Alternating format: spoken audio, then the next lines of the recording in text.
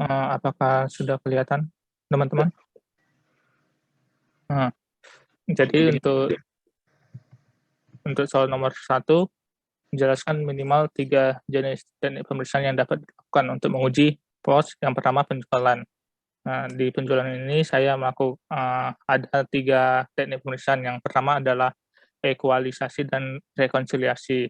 Nah, itu perlu dicek kesesuaian antara nilai penjualan tercatat dengan DPP PPN masukan yang dilaporkan dalam SPT.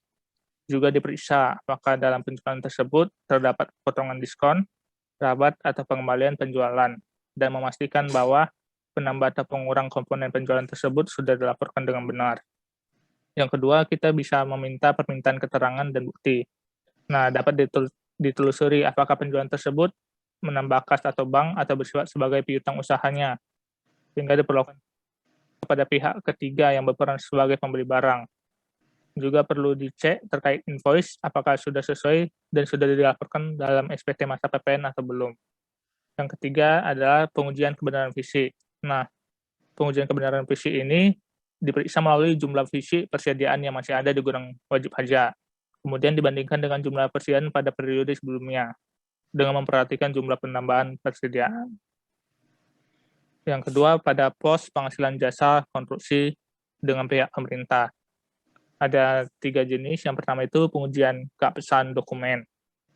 Perlu dicek terkait kontrak kerja yang dibuat dengan pihak pemerintah, yaitu terkait nominal kontrak, jangka waktu pelaksanaan kontrak, serta hal-hal lain yang berkaitan.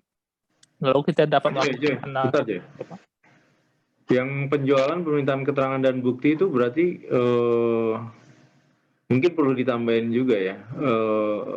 Ini kan permintaan keterangan dan bukti ini bisa ke pihak ketiga ya. Berarti kan konfirmasi ya. Masuknya ya, konfirmasi. Konfirmasi. Nah, kalau invoice dicek itu saya kira udah teknik yang lain tuh, bisa vouching, bisa apa tuh?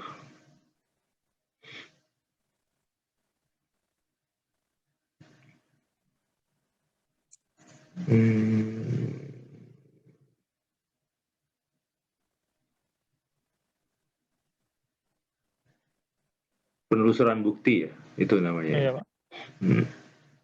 Ya, lanjutlah. Untuk pos penghasilan jasa konstruksi dengan pihak pemerintah itu ada pengujian keabsahan dokumen. Itu perlu dicek terkait kontrak kerja yang dibuat dengan pihak pemerintah terkait nominal kontrak, jangka waktu pelaksanaan kontrak, serta hal ini yang berkaitan. Lalu ada pemeriksaan melakukan analisis angka-angka. Perlu dianalisis terkait antara rencana biaya dengan realisasi biaya yang terjadi di tahun yang bersangkutan, serta nilai penggantian yang dibayarkan di tahun tersebut sampai dengan PPh final pasal 4 ayat 2 yang dipotong. Lalu ada pemeriksaan ekualisasi dan rekonsiliasi. Bisa jadi biaya yang dibebankan dalam tahun yang bersangkutan itu lebih besar dibandingkan biaya yang dianggarkan di awal periode, sehingga perlu dilakukan perbandingan antara pos-pos biaya pada neraca dengan yang ada di buku besar, kemudian melakukan rekonsiliasi apabila diperlukan. Lalu untuk ya, Pak? Saya kira untuk ini ya, dalam output terutama itu kita mesti juga mungkin pakai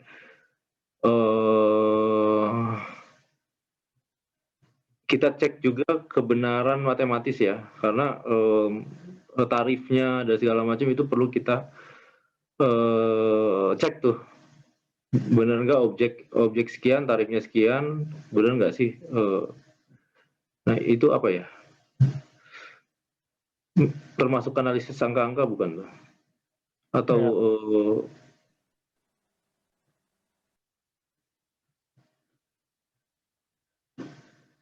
Pengujian perhitungan ya, pengujian penghitungan juga. Oke, lanjut aja, lanjut. Lalu untuk pos pembayaran biaya royalti, itu ada pemeriksaan pengujian keabsahan dokumen. Atas pembayaran biaya royalti dapat ditelusuri terkait tanda tangan pihak yang berwenang, tanggal dokumen, masa pakai royalti, kesesuaian harga sehingga dipastikan tidak adanya suatu skema transfer pricing tertentu. Lalu kita bisa memanfaatkan data internal dan eksternal.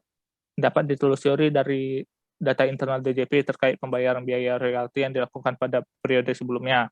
Apakah ada perbedaan antara yang biaya royalti yang dibayarkan dahulu dengan masa kini terdapat perbedaan yang signifikan atau tidak. Yang ketiga, kita dapat melakukan inspeksi. Dilakukan untuk meninjau secara langsung penggunaan dan peruntukan dari aset tidak berwujud yang perlu dibayarkan royaltinya tersebut. Ya, lanjut. Lalu untuk pos pembelian impor mesin, itu pemeriksaan penelusuran bukti dilakukan untuk menguji apakah informasi tersebut memang benar adanya dan terjadi, serta objek yang dibeli sudah sesuai dengan spesifikasi yang dilaporkan oleh wajib pajak. Penelusuran bukti juga dapat dilakukan terhadap dokumen. Apakah bukti tersebut merupakan bukti yang kompeten dan cukup. Lalu kita melakukan pengujian kebenaran perhitungan matematisnya, itu dilakukan dengan menguji kebenaran perhitungan yang dilakukan oleh wajib pajak. Contohnya terkait penggunaan kurs BI dan kurs KMK yang menjadi dasar pengalih pada harga mesin yang biasanya menggunakan kurs mata uang asing. Lalu pengujian kebenaran fisik dilakukan untuk meyakini keberadaan dari mesin yang sudah diimpor tersebut. Lalu untuk pos biaya hidup dan penambah kekayaan bersih wajib pajak karyawan. Yang pertama ada pemeriksaan pengujian keterkaitan dilakukan untuk meyakini bagaimana biaya hidup yang dibebankan dapat mempengaruhi penambahan kekayaan bersih wajib pajak, serta menguji atas mutasi pos-pos biaya lain yang terkait apakah sudah diklasifikasikan dengan benar atau belum. Lalu ada pemeriksaan ekualisasi dan rekonsiliasi. Dapat dilakukan dengan membandingkan angka pada neraca dengan angka yang terdapat di buku besar, serta membandingkan saldo-saldo akun tersebut dengan memperhatikan adanya mutasi yang terjadi pada periode yang bersangkutan. Lalu teknik audit berbantuan komputer. Terkait jumlah wajib pajak karyawan yang mungkin jumlahnya banyak tersebut, maka pemeriksa dapat memanfaatkan sistem perangkat lunak dalam mengecek kebenaran dari penambahan kekayaan bersih wajib pajak tersebut. Lalu untuk pos biaya penyusutan bangunan pabrik, pertama ada pengujian kebenaran perhitungan matematis. Ini dapat dilakukan footing atas biaya penyusutan dari tahun-tahun sebelumnya. Apakah sudah sesuai dan perhitungannya benar atau belum. Lalu ada pemeriksaan pengujian kebenaran fisik, dilakukan untuk meyakini bahwa wajib pajak benar-benar memiliki bangunan pabrik tersebut dan mengecek kondisi bangunan tersebut, apakah pernah direnovasi atau tidak. Lalu ada pemeriksaan teknik audit berbantuan komputer. Barangkali bangunan pabrik tersebut sudah disusutkan dalam periode yang cukup lama, sehingga kebenaran perhitungannya dapat dilakukan dengan berbantuan perangkat lunak agar perhitungan yang dilakukan sudah sesuai dan tidak keliru. Oke. Lalu untuk pos pembelian kapal pengangkut barang. Yang pertama kita bisa melakukan pemeriksaan pemanfaatan informasi internal dan eksternal. Melalui data internal dan eksternal DJP dapat dilakukan penelusuran terkait nilai dari kapal pengangkut barang yang dibeli. Apakah harga pembelian sudah sesuai dengan harga pasar dari kapal sejenis yang dibeli atau menunjukkan adanya penjualan di bawah harga pasar. Lalu ada pemeriksaan penelusuran bukti. Dilakukan untuk menguji apakah transaksi pembelian kapal tersebut memang benar adanya dan terjadi, serta objek sudah sesuai dengan spesifikasi yang dilaporkan oleh wajib pajak. Penelusuran bukti juga dapat dilakukan terhadap dokumen pembelian tersebut, apakah bukti tersebut merupakan bukti yang kompeten dan cukup. Lalu ada pemeriksaan pengujian kebenaran fisik. Ini dilakukan untuk meyakini keberadaan dari kapal pengangkut barang tersebut apakah benar-benar dibeli atau tidak. Lalu ada pos biaya amortisasi pembelian software khusus. Yang pertama, pemeriksaan penelusuran bukti. Dilakukan untuk mencari bukti-bukti yang mendukung pembelian software khusus tersebut. Lalu ada pemeriksaan konfirmasi. Terkait dengan pembelian software khusus tersebut, maka dilakukan konfirmasi kepada pihak lawan transaksi wajib pajak bagaimana proses pembelian software khusus tersebut. Lalu ada pembersihan pengujian kebenaran perhitungan matematis. Dapat dilakukan voting atas biaya penyusutan dari tahun-tahun sebelumnya, apakah sudah sesuai dan perhitungannya benar. Ya, makasih Joy. Selain teknik pemeriksaan yang tadi disebutkan Joy juga mungkin perlu pertimbangan ya teman-teman untuk menggunakan teknik-teknik yang lain, sehingga kalau tadi kan saya lihat hanya membuktikan kebenaran fisik, membuktikan, tapi untuk menguji misalnya ya kapal, apakah itu benar-benar digunakan untuk usaha wajib pajak, misalnya software, apakah itu benar-benar digunakan untuk usaha wajib pajak dan biaya-biaya yang lain apa ya tadi, transaksi yang lain. Misalnya royalti benar nggak sih royalti itu sesuai dengan barang yang dibuat oleh wajib pajak, ini royalti atas apa? Kita juga bisa melakukan teknik-teknik lain seperti wawancara dan sebagainya. Itu kita bisa meminta keterangan kepada wajib pajak ya. Konfirmasi tadi jarang sekali yang mengkonfirmasi, mungkin konfirmasi bisa kalau penjualan saya kira jarang ya konfirmasi, mungkin royalti itu bisa konfirmasi ya.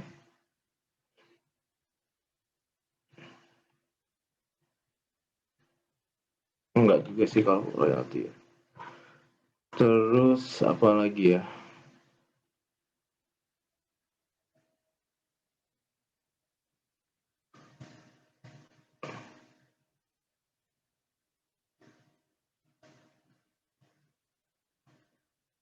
Tadi ekualisasi Joy untuk penjualan ada ya?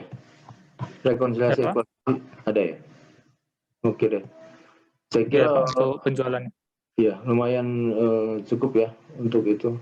Dan mungkin bisa dieksplor juga tuh teknik-teknik yang lain. Baik, Pak. Nomor 2 ya. Siapa tadi itu?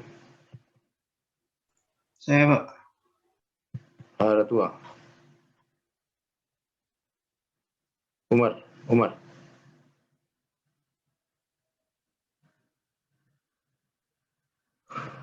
Apa sudah terlihat, Pak? Sudah. Kecil kali.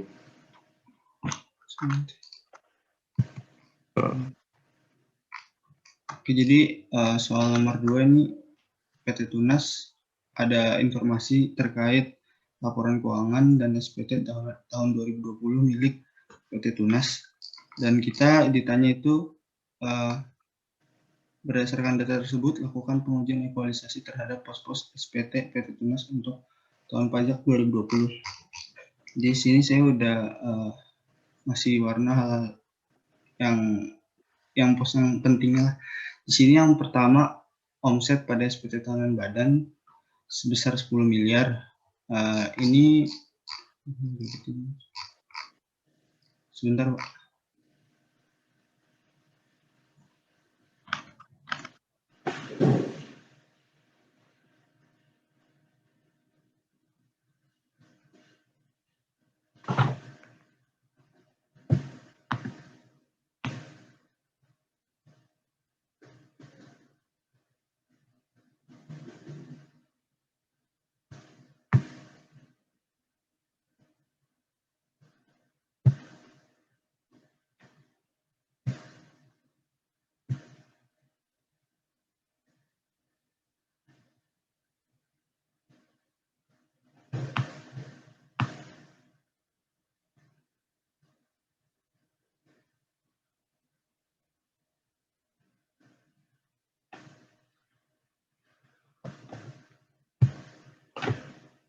Mana nih Mas?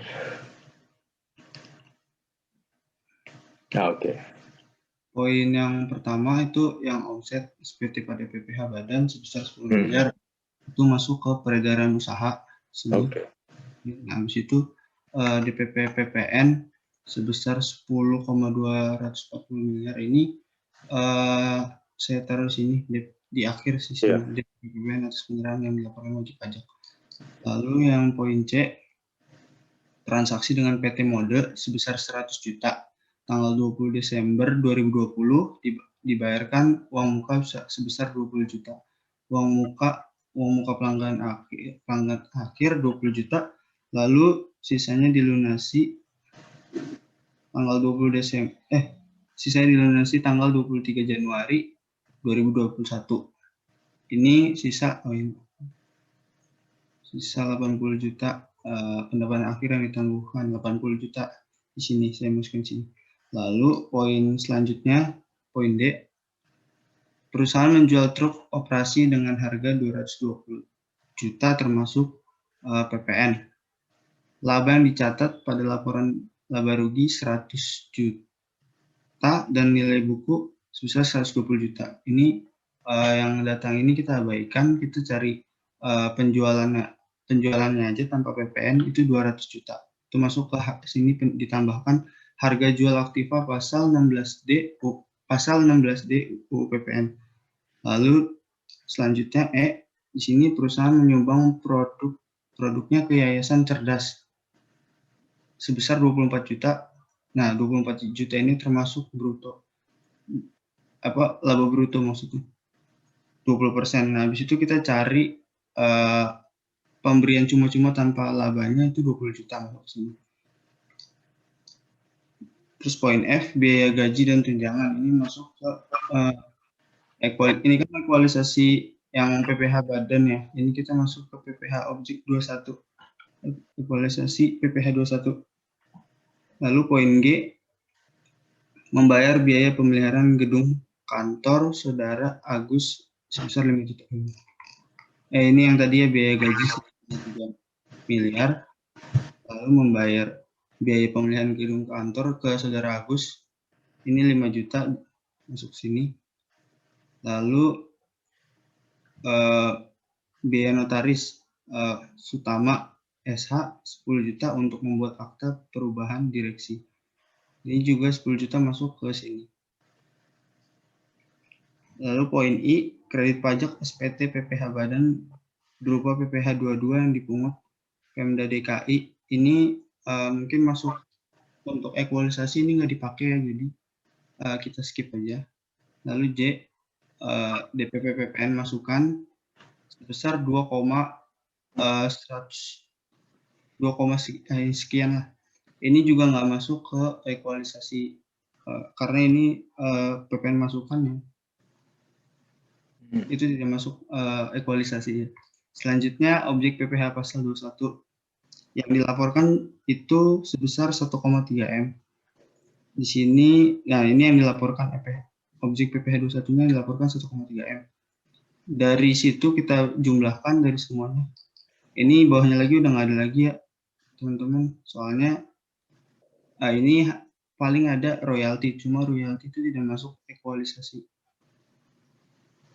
Kita lanjut ke sini karena kita udah. Kalau royalti masuknya pasal berapa kalau misalnya harus dipotong? PPh 23 Pak. Ke luar negeri. Oh ini luar negeri. PPh 26 Pak. 26 ya, berarti kita bikinlah equalisasi 26-nya itu. Iya kan? Oh, iya. Ada SPT-nya nggak? Dilaporin nggak tuh? Nggak ada. Nggak ada. Kan. Berarti kan belum semuanya gitu, kalau nggak ada SPT-nya kan? Iya belum semua. Nah buatnya tapi baru yang PPh badan sama PPh 21 ini sih Pak. Oh gitu. Ini saya lupa. 23-nya belum ada juga? 23 yang ini kan PPh 23 kan sebenarnya yang ini apa yang jasa ya, cuma itu juga saya masukin ke sini Pak, jadi jasa. Jadi ini PPh 21 dan 23 sih sebenarnya Pak gitu. Oh. Itu selisih yang belum dilaporkan wajib pajak berarti apa? 15 juta. 5 Itu campuran gitu ya? Gimana, Pak? Berarti campuran 15 juta itu. Jadi memang kalau bikin ekualisasi, kalau kita meriksa itu kan nanti berdasarkan jenis pajak. Ya. Berarti ekualisasi 21 berarti SPT PPh 21 berapa? Ya kan? Itu harus dipisahin. Jadi ekualisasi 21 berarti biaya gaji dan tunjangan aja tuh. Pemeliharaan gedung kantor kan masuknya nanti 23 gitu loh. Jasa notaris tuh apa di situ? Notarisnya ada PT atau apa tuh? Notaris Utama Esa. Oh, berarti kan masuknya 21 ya kan? Gitu. Jadi pisahkan nanti mana objek yang 21, objek yang 23, objek yang 26 gitu. Nah, seperti 22 tuh. 22 yang dipungut, 22 impor, itu kan ada hubungannya tuh. Sama yang kalau nggak salah ada impor nggak tadi tuh di atas? Ada nggak sih? Nggak ada ya. Kalau yang ditanya sih, soalnya lupa sih. Hanya ekualisasi kan yang ditanya. Gimana, Pak? Yang ditanya kan di soal apa? Semua ekualisasi kan? Iya, Pak. Ditanya semua ekualisasi. Ya kan, pos-pos SPT. Jadi semuanya. Jadi misalnya pun di situ ada pasal 22, misalnya nih pembelian ya, pos SPT pembelian, ya kan? Bisa jadi kita ekualisasi itu sama misalnya pajak masuk, ada nggak? Informasi pajak masukan. Pajak masuk. Ya kan, DPP PPN masukan ada kan? Nah, nah berarti kan itu kita ada pembelian tuh, ya kan? Iya. Terus misalnya PH impor, berarti kan ada pembelian impor tuh. Berarti ada kemungkinan pembeliannya ada dua, impor, pembelian juga ada lokal ya kan. Coba yang itu, Umar, yang apa sih yang tadi ada uang muka itu loh. Nomor berapa tuh? Soalnya. Transaksi modal 100 juta, tanggal 20 Desember, membayar uang muka 20 Desember lah ya. Sisanya dilunasi 23 Januari 2021. Pakaian dikirimkan tanggal 28 Desember. Dan biaya pengiriman menjadi tanggungan PT Tunas sebesar 2 juta dengan menyewa truk. Sisa 80 juta itu berarti dilunasin pada tanggal 23 Januari. 23 Januari. Nah, menurut Hara itu atau Umar ya? Panggilnya. Hara ya? Ya. Menurut Hara, ini penjualan sebenarnya termasuk ke penjualan tahun 2020 atau 2021? 2020. 2020 kan? Ya. Masuk nggak di yang 10 miliar itu sebenarnya? Udah masuk belum nih? Kira-kira.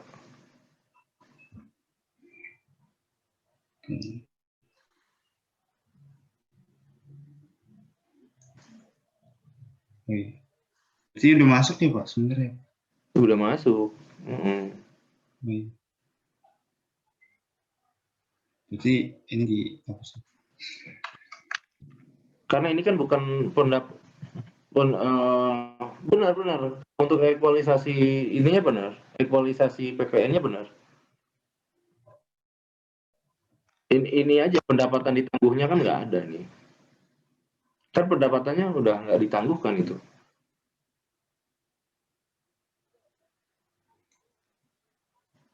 Uang mukanya aja berarti. Berarti di sini cuma 20 jutanya aja Pak. Ya, uang mukanya kan dia tetap pungut kan. Iya.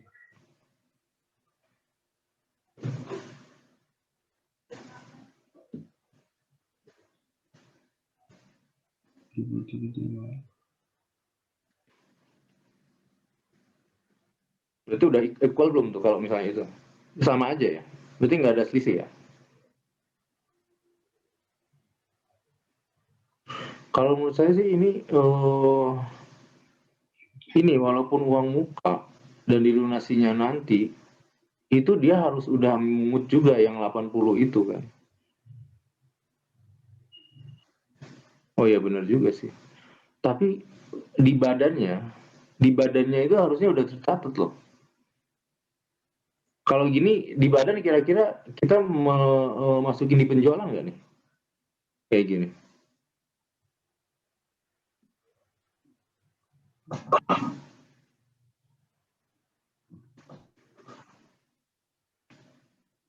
Pada saat pakaian dikirimkan tanggal 28 Desember, itu kan kita nggak pada saat kita dapat DP ya, DP 20. Berarti cash pada uang muka kan. Terus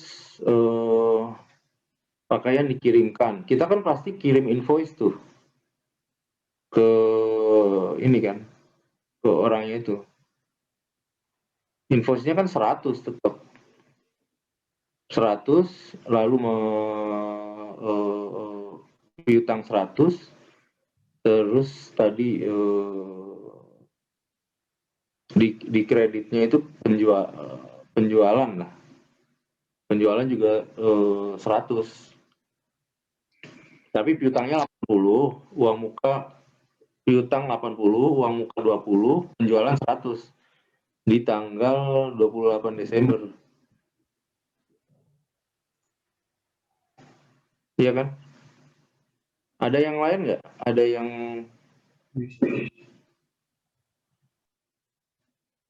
yang berbeda nggak?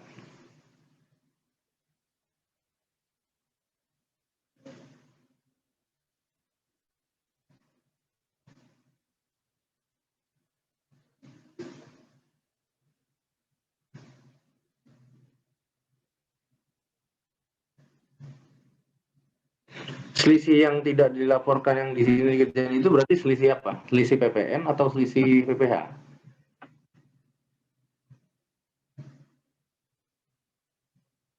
Oh, PPN. PPN kan? Berarti PPN-nya kurang pungut kan maksudnya kan itu. Iya kan? Nah kalau ini ya benar, PPN-nya kurang pungut. Tapi secara omsetnya sendiri, apakah udah full atau belum? Itu mestinya bisa jadi ditambahin lagi tuh dari 10 miliar itu. Tapi bisa jadi udah masuk sih.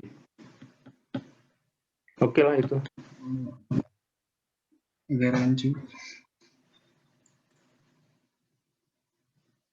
Tinggal nanti pajak-pajak yang lain kayak pajak yang ini 21 itu jangan digabung ya sama 23 dan lain-lain. Oh iya. Ya royalti juga tambahin tuh 26 tuh. Pak, izin Pak. Iya. Yang biaya pemeliharaannya itu dilakukan oleh OP Pak, sama notaris itu juga dilakukan oleh orang pribadi Pak. Maka dari itu. Pemeliharaannya OP ya? Oh iya udah satu berarti. Udah satu. Oke.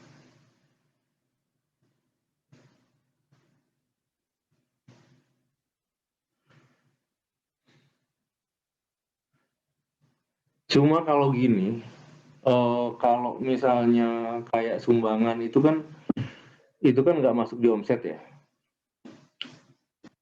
Nah, yang penjualan itu kalau saya mestinya masukin di omset. Jadi omset badannya itu malah nambah.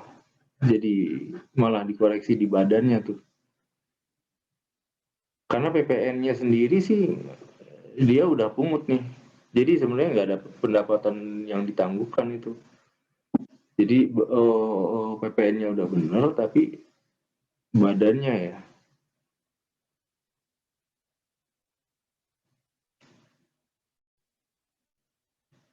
Tadi saya juga belum hitung sih. Tapi secara overall, ini udah oke lah ya. Nanti kalau untuk bentuk-bentuk soal begini, saya meriksanya nggak akan harus angkanya segini segala macam itu enggak ya. Tapi berdasarkan analisis dari analisis jawabannya ya, bukan dari angkanya. Oke. Nomor 3 lah, dilanjut ya. Tes. Kevin ya? Iya Pak, Kevin Pak.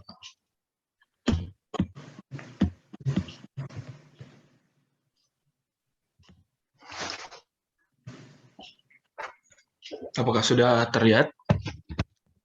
Sudah. Untuk nomor 3, Rama adalah Direktur PT Jujur menerima gaji atau tunjangan tahun 2020 sebesar 400 juta. Selain itu, Rama juga menerima fasilitas apartemen dengan sewa 60 juta setahun dan biaya liburan keluarga ke luar negeri berupa tiket dan akomodasi senilai 120 juta. Jumlah harta bersih yang dilaporkan akhir tahun 2019 yaitu senilai 1,2 miliar, sedangkan pada akhir tahun 2020 nilainya menjadi 1,5 miliar. Biaya hidup Rama diperkirakan 300 juta setahun.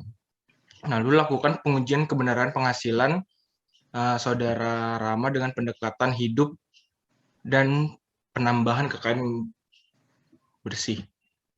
Nah, di sini untuk melakukan pengujian kebenaran penghasilan itu, ini menggunakan pendekatan biaya hidup dan penambahan kekayaan bersih. Ini maksudnya, jadi kita nanti harus membandingkan antara biaya hidup yang dikeluarkan oleh wajib pajak dengan penghasilan yang diterimanya dalam setahun. Nah, nanti itu ada hubungannya dengan penambahan kekayaan bersih bagi wajib pajaknya. Yang pertama harus dilakukan yaitu adalah membandingkan antara kekayaan bersih tahun lalu dan tahun sekarang, yaitu tahun 2019 dan tahun 2020. Nah, untuk tahun 2020 itu menjadi 1,5 miliar. Berarti 1,5 miliar diselisihkan dengan 1,2 miliar di tahun 2019, berarti dapat 300 juta. Berarti itu, Kevin. Gimana, Pak? Berarti kekayaan bersih akhir tahun dong itu. 1.500. Iya, Pak. Kekayaan bersih. Iya. Akhir tahun dan awal tahun. Jadi kebalik ya. Iya, kebalik, Pak. Nah, Penghasilan awal tahun dikurangi dengan kekayaan bersih akhir tahun. Itu selisihnya itu 300 juta. Nah, setelah itu diketahui di soal biaya hidup Rama diperkirakan 300 juta. Jadi itu dijadikan penambah untuk menghitung penghasilan bruto. Jadi 600 juta. Nah, kemudian selain itu Rama juga menerima fasilitas apartemen itu 60 juta dan biaya liburan keluar negeri berupa tiket dan akomodasi 120 juta, di total 180 juta. Nah, ini nanti dijadikan sebagai pengurang penghasilan bruto karena merupakan natura yang bukan merupakan objek PPh. Nah, nanti 600 juta dikurang 180 juta itu dapatnya 420 juta. Kemudian setelah itu terakhir kita membandingkan antara penghasilan bruto yang sudah kita hitung dengan penghasilan bruto yang dilaporkan oleh WP. Rama melaporkan penghasilannya itu dari gaji atau tunjangan itu tahun 2020 itu 400 juta. Jadi 420 dibandingkan dengan 400 juta ada sekitar 20 juta selisih yang tidak dilaporkan oleh WP Rama. Nah, biaya hidup ini termasuk yang apartemen sama tiket itu ya berarti? Asumsinya ya? Iya, Pak. Oke. Nah, ini rancu juga soalnya sebenarnya ya. Jadi antara biaya hidup itu udah termasuk di apartemen dan akomodasi itu atau belum gitu kan? Iya. Tapi bisa sih kayak gini. Oke ya. Yang lain nggak ada yang dipertanyakan atau? Pak, bertanya Pak. Iya. Itu nanti itu kan biaya hidup, bukan?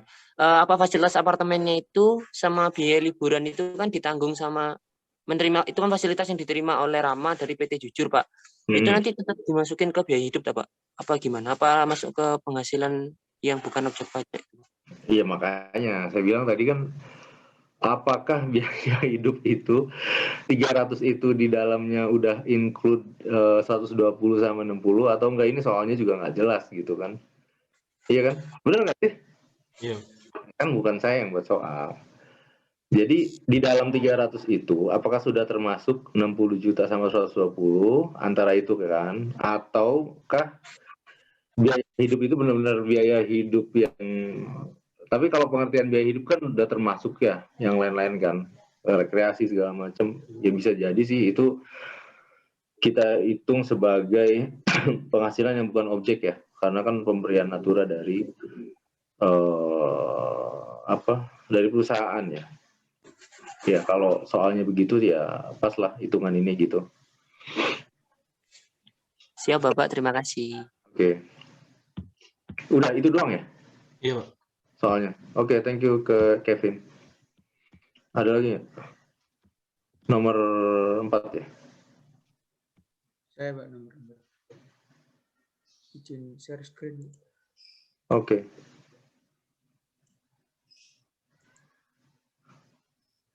Apakah sudah terlihat?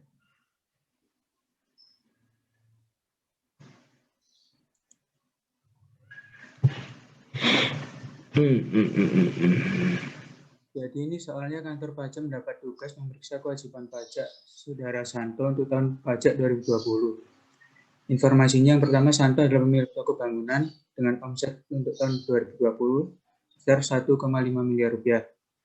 Kemudian hasil wawancara tim pemeriksa dengan Santo diperoleh informasi estimasi laba dari toko berkisar 15% sampai 25% dari penjualan. NPPN untuk jenis usaha dagang untuk domisili Santo adalah 27%. Kemudian istri Santo hanya ibu rumah tangga dan tidak mempunyai penghasilan.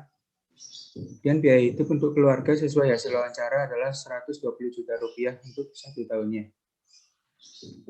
Kemudian ada daftar harta yang dilaporkan pada SPT tahunan PPHUP sebagai berikut.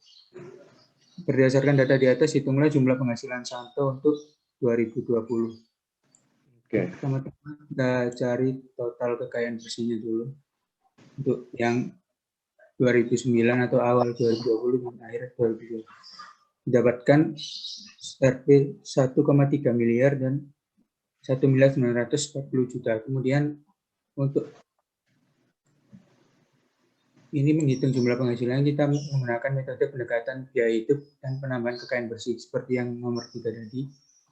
Kekayaan bersih awal tahunnya 1,3 miliar, kekayaan bersih akhir tahunnya 1.940 juta, kemudian dikurangkan terdapat kenaikan sebesar 640 juta, kemudian ditambahkan dengan biaya hidup sebesar 120 juta rupiah. Tidak ada penghasilan bukan objek pajak atau PPh final. Kemudian didapatkan penghasilan neto usaha sebesar 760 juta rupiah dari yang kenaikan tadi ditambah dengan biaya hidup. Kemudian kita bandingkan dengan penghasilan neto yang dilaporkan WP itu dari NPPN-nya tadi 27% dikali omset yang dilaporkan 1,5 miliar, didapatkan 405 juta rupiah. Jadi selisih yang tidak dilaporkan senilai 355 juta rupiah. Gitu, Pak. Tadi ada info apa lagi? Coba informasinya.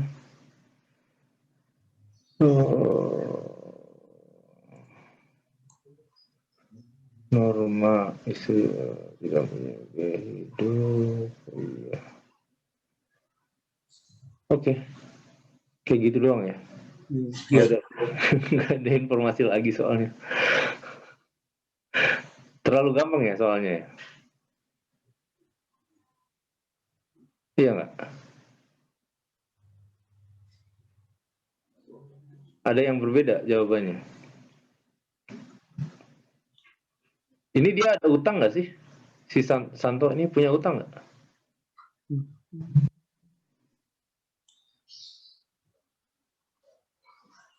Ada utang nggak? Nggak ada. Ini harta semua yang di bawah nih. Coba lihat. Oh iya, utang supplier itu berarti supplier itu kan berarti suppliernya yang utang ke kita,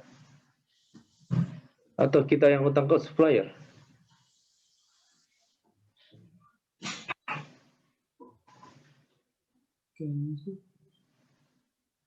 Supplier itu berarti kita membeli kan? Benar nggak? Iya, iya. Kalau kita membeli, orang itu kira-kira kalau utang, bahasanya utang supplier itu kita yang punya utang atau orang itu yang punya utang? Utang supplier. Nah, ini juga soalnya jenis harta sih ya. Ini saya tambahin. Kenapa? Saya mikirnya utang supplier berarti suppliernya yang utang Ya utang ke kita gitu. jenis harta juga yang di daftar. Tulisannya jenis harta. Tulisannya apa? Iya, tulisannya jenis harta. Iya, makanya kalau soalnya begini sih bingung juga kan. Kita bilang kalau itu utang supplier itu berarti kita yang punya utang ke supplier atau suppliernya utang ke kita. Kalau yang kira-kira yang punya utang ke kita itu supplier atau customer ya? Ini saya malah nanyain soalnya ya. Biasanya sih customer. Artinya kan ini harusnya piutang ya. Kalau ya utang supplier bener sih jadi piutang kan, karena dianya yang utang kan. Berarti harta kita ada di dia gitu kan. Harusnya sih dia pisah lah. Untuk meningkatkan kesulitan soalnya sedikit kan. Artinya kan kita mesti tahu bahwa kekayaan bersih itu adalah harta dikurangi utang lah ya. Iya kan? Iya. Ya mestinya dipisah lah itu. Ya mungkin nanti ya ada soal yang begitu ya. Kalau soalnya begini sih mau bilang apa? Ya kalau misalnya ada soalnya bisa itu, kita mesti kurangin dulu lah sama utangnya ya. Dan sepertinya nanti di UTS juga perkiraan seperti soal ekualisasi, arus piutang. Kita pernah latihan arus piutang nggak di sini? Di sini nggak ada ya di soal ini ya? Nomor 5 ya. Oh, nomor 5 ada ya? Belum ya? Oke deh, yang ini udah ya. Lanjutlah. 10 menit lagi. Izin saya screen ya Pak ya. Ya.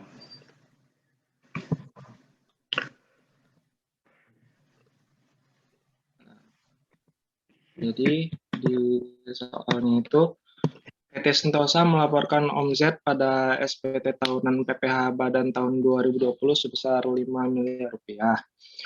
Nah, data laporannya itu dari poin A, yang pertama ada jumlah penerimaan kas atau bank seluruhnya itu sebesar 6,555 miliar.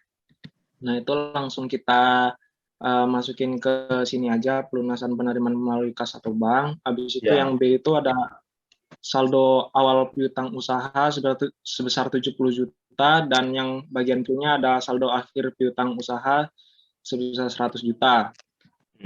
Kita tulis di sini pelunasan saldo akhirnya 100, kemudian saldo awal piutang usahanya 70. Kemudian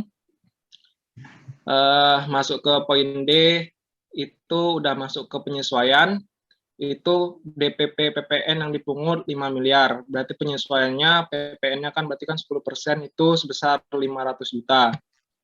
Kemudian yang bagian E, DPP PPN masukan atas pembelian barang dagangan 4 miliar itu nggak masuk karena bukan bagian dari pendapatan. Habis itu bagian F, itu terdapat setoran tunai dari buku kas ke rekening bank sebesar 55 juta rupiah. Kita masukin ke setoran tunai dari buku kas ke rekening bank 55 juta. Kemudian pencairan pinjaman bank yang poin G ini kita tulis juga pencairan pinjaman bank. Kemudian yang bagian poin H, pencairan deposito sebesar 300 juta. Nah, nanti itu kita jumlahin penyesuaiannya itu nanti sebesar 1.055 juta. Sedangkan nanti pelunasannya ini kemudian tambah 30 juta, karena 30 jutanya itu dapat dari 100 juta dikurang 70 juta ini. Kemudian total yang atas ini dikurangin dengan penyesuaian, dapatnya nanti sebesar 5.530 juta. Nah, sedangkan peredaran usaha yang dilaporin tadi kan 5 miliar. Jadi selisihnya itu ada 530 juta. Nah, untuk poin I dengan poin J-nya itu kenapa nggak dimasukin? Karena di sini asumsinya itu udah masuk ke poin A tadi yang jumlah penerimaan tadi sebesar 6,55 miliar itu, Pak. Gitu. Penerimaan kas bank seluruhnya itu. Iya, Pak. Maksudnya tadi asumsinya begitu, Pak. Soalnya bingung juga tadi. Ya, iya. Apakah 6,55 itu termasuk di penjualan tunai atau enggak gitu kan? Iya, sama Pak. yang penjualan kepada pungut itu udah masuk belum gitu ya? Iya, Pak. Iya sih, soalnya harusnya sih mungkin bisa harusnya soalnya A itu kalau enggak dia bikin begini jumlah saldo kredit bank gitu aja kan, iya kan? Jumlah penerimaan bank di kredit jadinya 6,55. Jadi yang tunai terus juga mungkin pemungut sih bisa jadi udah masuk ya di bank ya. Yang tunai itu bisa dimasukin. Kalau soalnya begitu ya. Kalau soalnya begini memang asumsinya bisa itu udah masuk di sini. Nggak masalah sih. Oke. Yang pasti nanti kalau di pemeriksaan yang sebenarnya kita mesti cek semuanya ya. Dari saldo kredit maupun saldo kasnya. Dan bisa jadi di perusahaan-perusahaan yang besar itu udah nggak ada transaksi kas. Jadi semuanya di transaksi bank ya. Oke, overall sih kayak gitu ya. Nanti kira-kira yang kalau misalnya UTS ya soal-soalnya nggak jauh-jauh dari inilah poin-poinnya ya. Dari mulai ekualisasi, arus piutang, terus misalnya apa lagi, biaya hidup, transaksi tunai dan bank. Ini belum ada ya tadi transaksi tunai dan bank. Gimana, Pak? Transaksi tunai dan bank udah ada belum tadi soalnya? Transaksi tunai dan bank. Udah ya?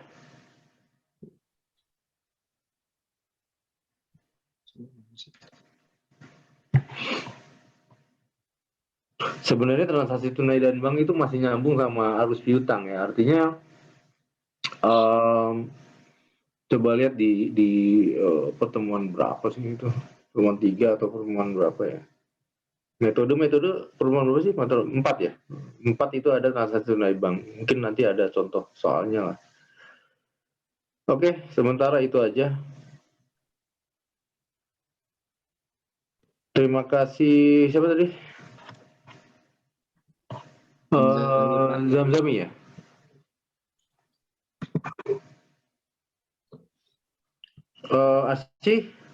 Arsi mana Arsi? Tadi udah dicatat semua ya, yang nanya sama yang jawab soal presentasi. Oke. Mungkin pertemuan kali ini udah cukup ya. Nanti berarti kita tinggal satu pertemuan lagi ya setelah Lebaran. Tanggal 29. Tanggal 29. Itu mau digeser atau gimana? Apa tetap tanggalnya nanti ini ya info-info aja ya. Sekiranya mau, tapi udah aktif sih itu ya. Udah jauh juga dari Lebaran ya. Nggak masalah kan hari Sabtu itu ya.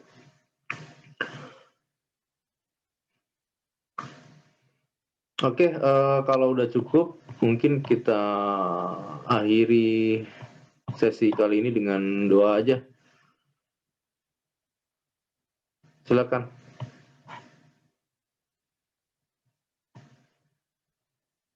Halo. Udah nggak ada yang doa nih.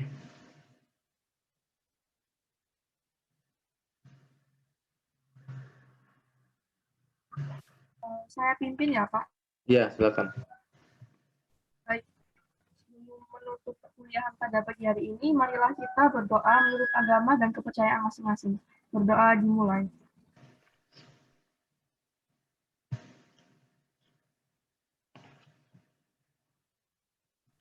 Baik, berdoa dapat diakhiri.